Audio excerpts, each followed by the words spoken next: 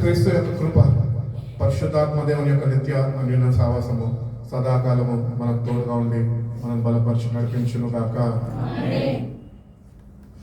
ప్రభు అందరికీ